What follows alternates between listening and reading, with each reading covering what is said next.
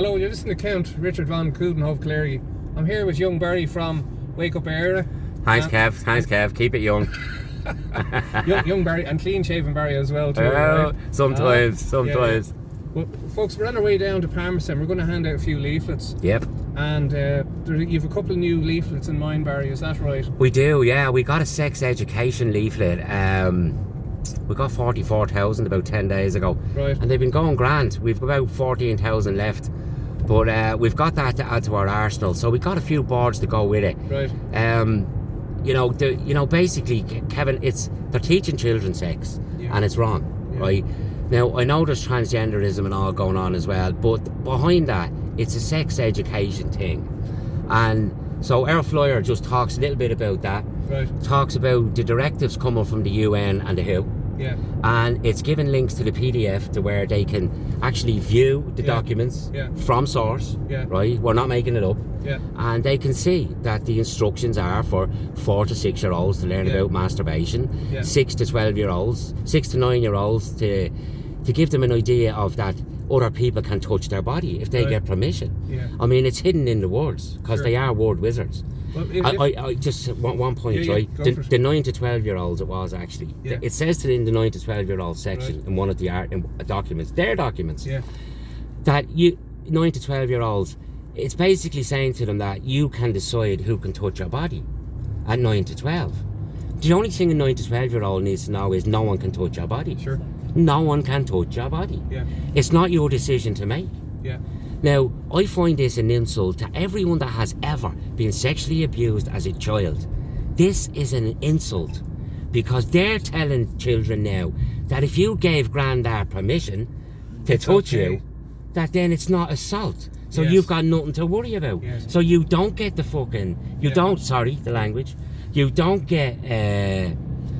get that fear, and you don't run to Mammy and tell her that Grandad's touching me. Yeah. Because Grandad has manipulated you, because the paedophiles are master manipulators.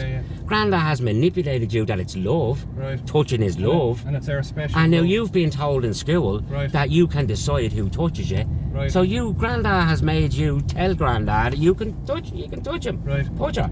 Well, just if I may, Barry, there was an event held in the Spalwell Hotel back in November 2019. Right. And at that event, there was a Labour councillor who, from I think it was the Templeogue area, made a statement that she said that children at the age of 4 years old masturbate, and the audience went, come on now, right? Yeah. That person got elected. Yeah. All right. Yeah. So that's the mentality that is out there, and wouldn't it be great if suitable candidates in that area decided that, well, you know what, we actually don't think like that. Yeah. And we'd like to get people to think more like us. So effectively what we need also is young people and people with wisdom and maturity to actually put themselves forward as candidates in the local elections. That woman has armed someone with tremendous information against her. Correct. That someone needs to go out with that, and they could get elected in her area by highlighting what she actually thinks. Now look, I had a son. They all play with their little twinkler, and we give them a little slap, you know. They're just discovering their body. Do you know what I mean? They're just discovering their body. Yeah. Like, it's not sexual. It's not sexual. Do you know what I mean? Yeah. So, look, it's just wrong. If you roll forward a little bit, you have children sexualized between 9 and 15, highly sexualized children. I mean, in a family unit, it's very difficult to control that. It's like sexualized children. I mean, that's an awful thing for parents to have to deal with. It is. Do you know what I mean? Like when does childhood innocent end? Is it when the WHO says it, or the UN? Or the school? But it's amazing how these institutions actually seem to be cooperating with each other to bring in their own agenda. Absolutely. So are we living in a world that's designed by psychopaths rather than what's in the interests of most people? I won't say common good, because that actually has another kind of connotation as well. Absolutely. You know? But it seems to be that if you look now with the pandemic policies that they want to introduce, that they want them ratified by May 2024. And even today now I was looking at, somebody had sent me a message, not confirmed, but it kind of goes along the route, and this is from Australia, and I have to say Senator Malcolm Roberts in the Senate over there has made some great speeches about this nonsense of trying to achieve net zero. But one of the things it mentions that potentially that they have in mind that from somebody living in Australia will only be allowed one external flight every 2 years. Right. And only allowed to eat 16 kilos of meat per year. Wow. Yes. So this is the kind of nonsense that they actually have in mind. And only if we let them, and they paralyse with us. Now it's like, if I may, during lockdown, when we were told that we couldn't go within 5k of our house, I was taking screenshots of private jets landing in and out of Dublin Airport. Yeah. And when I had got 10 photographs, I sent it to my elected representatives in my area with the name, the type of aircraft, the destination where it came from, and the registration, so it couldn't be denied, as this is not true.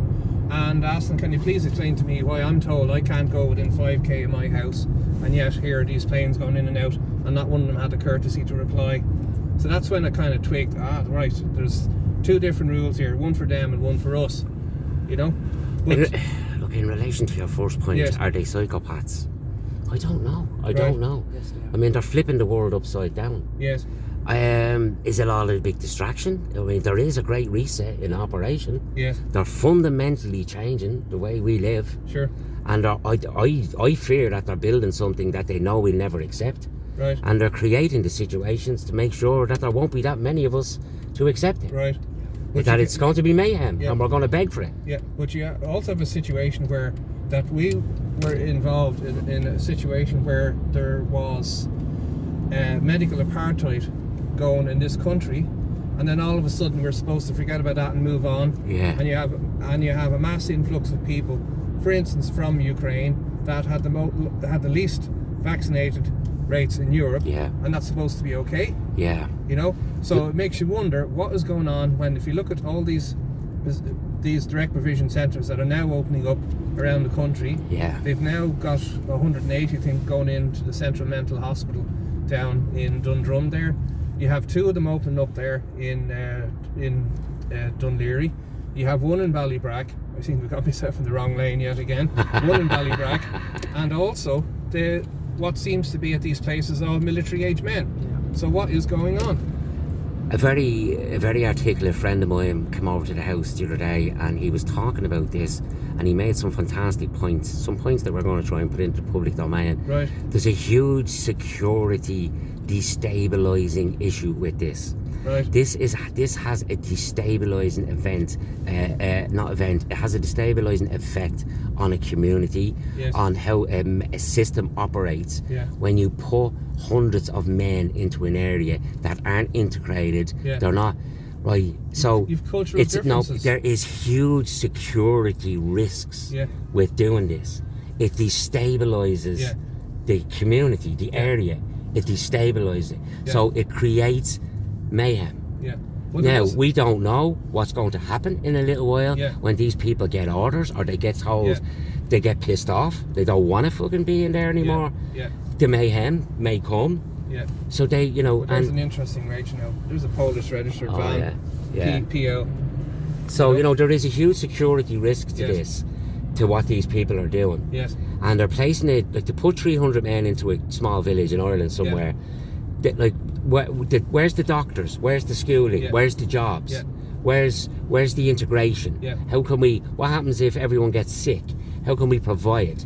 Where you can't do it. Yeah. You can't do it. So it's a huge security risk yeah. to do what this government are doing. Yeah. And it's beginning to look like it's a planned security risk. It seems to be in the Western world. Planned. It's not just here. It seems to me it's planned. Yeah, absolutely. And it's mayhem. Yeah. It seems to me that they're steering us towards conflict, mayhem, yeah. upsurgence. Yeah. So, it's very worrying times. At the same time, we have to oppose. Look, I believe, and I've always felt this, or I wouldn't do what I'm doing. Yeah. I go out to try and wake people up sure. who are lost. Yeah. Who now we're reaching a point where there's a lot of people now who are starting to realise there's something wrong in the country. Yeah. I hope that we can find some of them people who can come on board. They have fresh eyes, fresh looks. Maybe they've been taking the soup. Maybe yeah. they've taken the soup, yeah. realised the soup was a load of shite, yeah. and maybe now they're looking at all the other issues and going, oh my God, there is something wrong. Yeah. These people are the people that I believe are going to be able to take this to the next step. Yeah.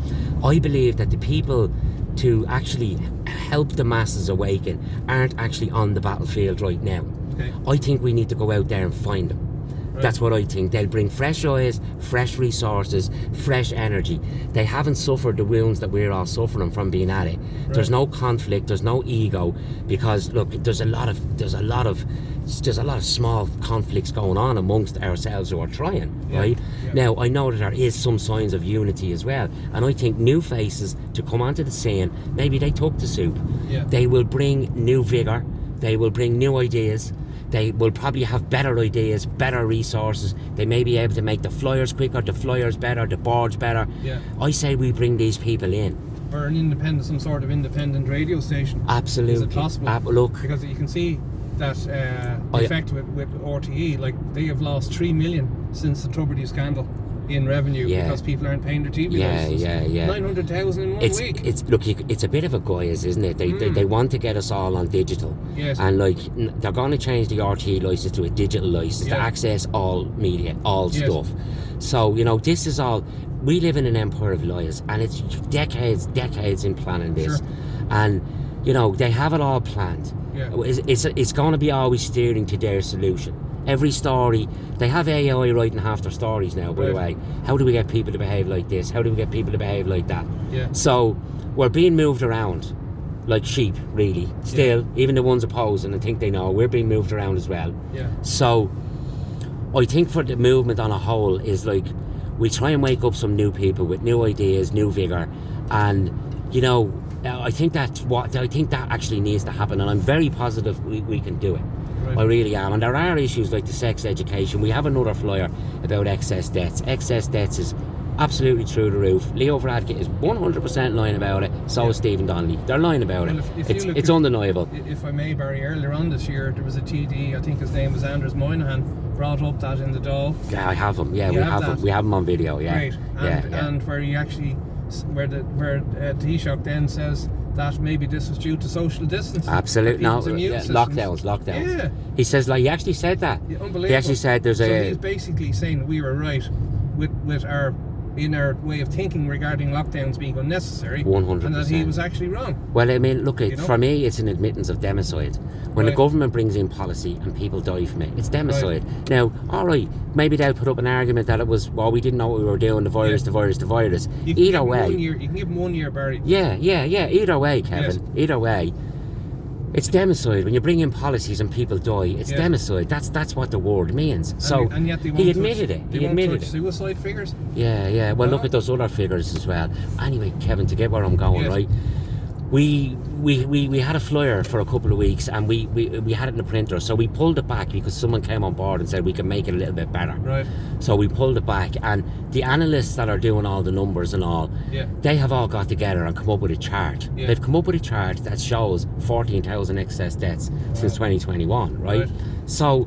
And is it true, sorry to cut across you, Barry, is there a correlation between the counties in Ireland that were most vaccinated with having the most excess deaths? The issue with the counties that we were told, Kevin, because we had the counties on our original flyer. Right. The issue is that some counties, when they die, it gets registered in 3 or 4 counties. Oh, gotcha. Because some fella lived in 3 or 4 counties. Gotcha. Now that's a hole that they can pick in it, right? Now there's another few holes that they can pick in that directly that can make the public think it's all nonsense. Yeah. But that would only be getting rid of a small amount of them, but it would be getting rid of some of them. Right. But it's sowing the seeds of doubt. Sure. So, look, the lads that do that, one of them came to work with us for a little while, and they came up with a great chart, you know what I mean? Yeah. And so we took our flyer out of the printers, and now we have this other new one in. Right. You can view it on wakeuparea.com. Wakeuparea.com. It's in the leaflet section, right? So now look, there's a few versions of this going to hit the streets, because the people that done it, they now have their own flyer out on it. Yeah. We have our flyer with their chart on it, and someone else. We're actually going here. Sorry guys, I'm talking too much. Where are we going? See that bridge over there, guys? We're going to have 5 banners on that now in about a half an hour.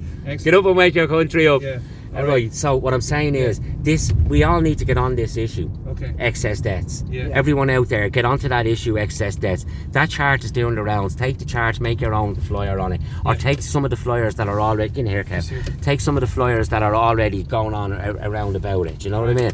But this issue needs to be pushed. Okay. This is another issue. Anyway, listen, guys. I'm sorry for rattling on. Right. You're doing great, Barry. Right. I'm sorry for rattling on. Look, at anyone out there opposing, keep going, guys. Thanks for giving your time. Keep going. And Thanks. Appreciate all your work and efforts. Thanks. You're very welcome. Right. Look, there's a whole team of us, Kevin. You know that. You know the crew. Absolutely. So look, sometimes people who say to me, Barry, you're great and all. Look, there's dozens of us. Yeah. There's dozens of us working on all the projects. You know. Right. Thanks very much. See you later. Cheers. Thanks, Good afternoon. Kev. Good luck and Thanks. God bless.